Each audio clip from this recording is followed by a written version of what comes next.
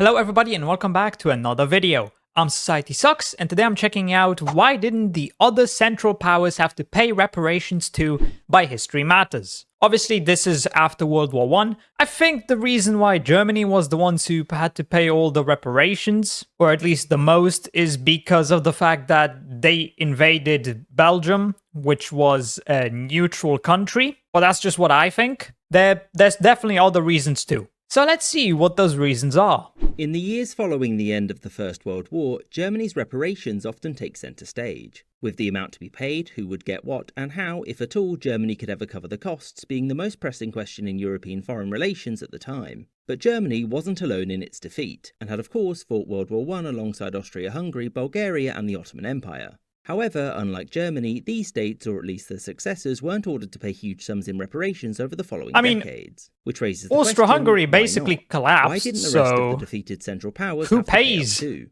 So, during the Paris Peace Conference, the victorious powers Really should be both Austria and Hungary, but were trying to look out for their own best interests while negotiating the terms of surrender. Besides things like disarmament and territorial losses, one of the major stumbling blocks was the matter of financial reparations, and importantly, how much each of the defeated parties would pay and to whom. This was sorted via 5 treaties, one for each of the defeated Central Powers, because remember, Austria-Hungary was technically 2 states, just with the same monarch and some unified ministries. The first and most important of these treaties was obviously the Treaty of Versailles, which stripped Germany of all of this territory, severely restricted the size and capabilities of its armed forces, and notably forced it to pay massive reparations, with the exact amounts being decided at a later date. Note, this will be a running theme. Now, for Germany, this was a relatively simple thing to enforce, because Germany was, well, still Germany. Its government and institutions still remained intact, and whilst the people in charge were different, Germany now being a republic didn't mean that it was a different state. And in fact, the official name for Germany at this time was still the German Empire.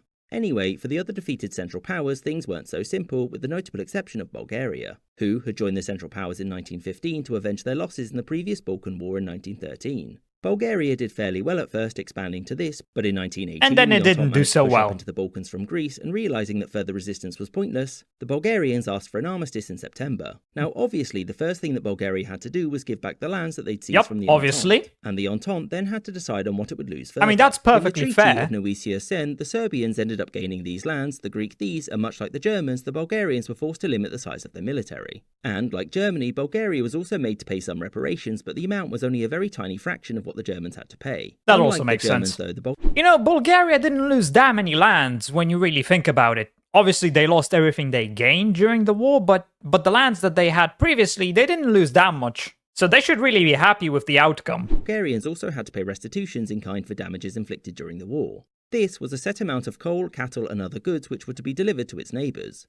And when combined with the financial damage of the war, and most notably the loss of these ports, it all had a major negative effect on Bulgaria's it did lose ports. Okay, so that's these pretty problems bad. Were exacerbated by the population transfers from its neighbours, as well as the hundreds of thousands of now unemployed soldiers, and as a result, Bulgaria became a poorer and much more radicalised, unstable state. Bulgaria's okay, so I guess that was worse than I expected. The consequences were much worse. Bulgarian payments altogether in the 1920s, where it soon lowered its total stable state. Bulgaria's path was similar to that of Germany, in that the Entente soon lowered its total load before just ending the farce of Bulgarian payments altogether in the 1920s. Whereas for Austria-Hungary, the idea of reparations was much more difficult. The first issue for the Entente was that the empire had just fallen apart, and figuring out who there had any authority to actually sign the peace treaty wasn't easy. As the dust settled, the German speakers had formed a semi-informal German Austria, which they claimed controlled these lands, but realistically its authority was quite limited. Whereas Hungary was an even bigger mess, which was fighting wars with both Romania and the newly founded Czechoslovakia, as well as dealing with communist revolution and royalist counter-coups, which meant that negotiating with them wasn't exactly easy. The second issue was deciding you just gotta how the wait it breakup of out the and monarchy would be see achieved. And the what representatives this of place the former turns empire's into. ethnic minorities had strong opinions on what they should get and what they already held. Whilst the dissolution of Austria-Hungary itself wasn't seen as a terrible thing for the Allied great powers, it did make apportioning blame and thus reparations incredibly difficult. For example, the Czechs and Slovaks, upon their independence, took a sizable chunk of the dual monarchy's industrial output with them.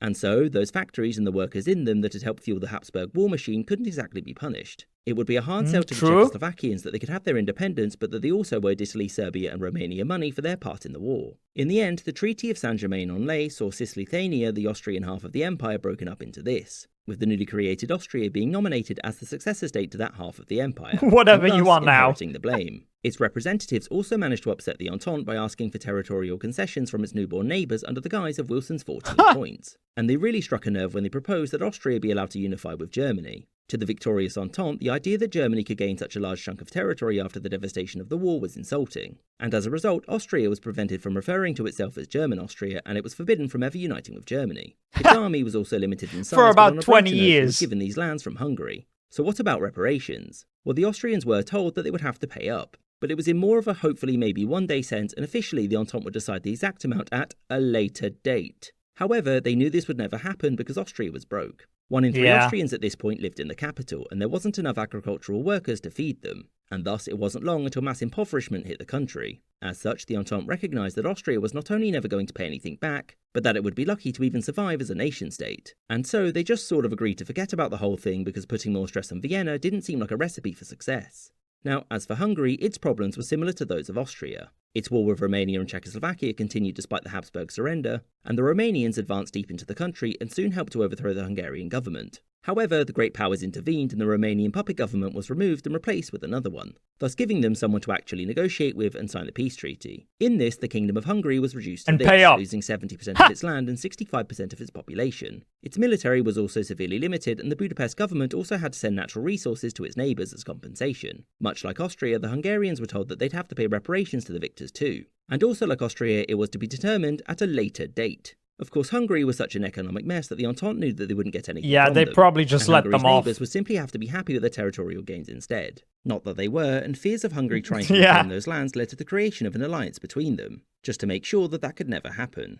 The last central power was the Ottoman Empire, which had surrendered in October of 1918. Its capital Istanbul was soon occupied, and the two sides began to negotiate the Treaty of Sèvres to end the conflict formally. To the surprise of nobody, the terms of this were harsh, and it saw Ottoman territory reduced lost to this, a lot of and its territory, military massively restricted. This came alongside the Entente basically taking over the Ottoman economy and carving out zones of economic influence for themselves. And it was ordered that the Dardanelles would become an international zone outside of Ottoman control. And as for reparations, well, much of the territory taken from the Ottomans was now under the control of either Britain or France. And so the idea of those two powers paying reparations to themselves or to their allies was silly. Furthermore, the Entente considered that the Ottoman economy would be so utterly broken by the loss of its imperial holdings I mean, to be fair, if you gained all that territory, at that point, do you even need any reparations? You've already gained a ton. that they would actually have to loan money to Istanbul to stop the state from falling apart, and that reasonably the odds of said money being paid back was slim. Now, the Ottoman leadership had accepted its defeat and was begrudgingly willing to agree to the Entente demands. The Ottoman Parliament, however, was not. Not only did it fiercely refuse to ratify the 1920 treaty, and pass bills stating that the Ottoman Empire was a fully independent state and that they wanted their occupiers gone. With this in mind, the Entente hoped that the Greeks, with designs on large swathes of Ottoman territory, would do the heavy lifting. Well, no. However, there was a snag.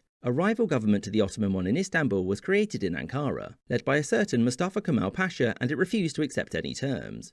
The Entente, now enjoying not being at war, didn't want to send masses of troops to Anatolia, and in Britain's case, its dominions simply refused to help, except for one, that is, good old, trustworthy, faithful New Zealand. And this caused a major crisis in London, bringing down the government there. The Turkish nationalists took up arms and after a few years were able to defeat the French, the Armenians and the Greeks and force them to negotiate. The Entente soon recognised the Ankara government as the legitimate government of the Ottoman Empire, which led to the last Ottoman Sultan leaving Istanbul and thus ending a monarchy which had stood for over 600 years. In the following Treaty of Lausanne, the Ottoman Empire was formally abolished and Turkey took its place with these borders. The Entente also agreed that Turkey would be a blameless party in World War I. And obviously with this, any notion that Turkey would ever pay reparations whatsoever was well and truly dead. And so these factors combined meant that when a later date arrived and the Entente had to decide how much they were owed, the figure they arrived at was almost exclusively Germany's problem. Meaning that besides the paltry sums that Bulgaria handed, the reason Germany paid most of it is because they're the only ones who were even able to pay anything. Except punishing Germany so harshly only resulted in festering resentment, which then helped cause World War II.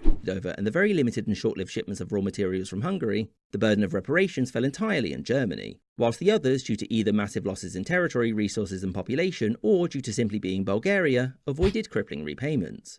I hope you enjoyed this episode with us. So yeah, this video can be summed up.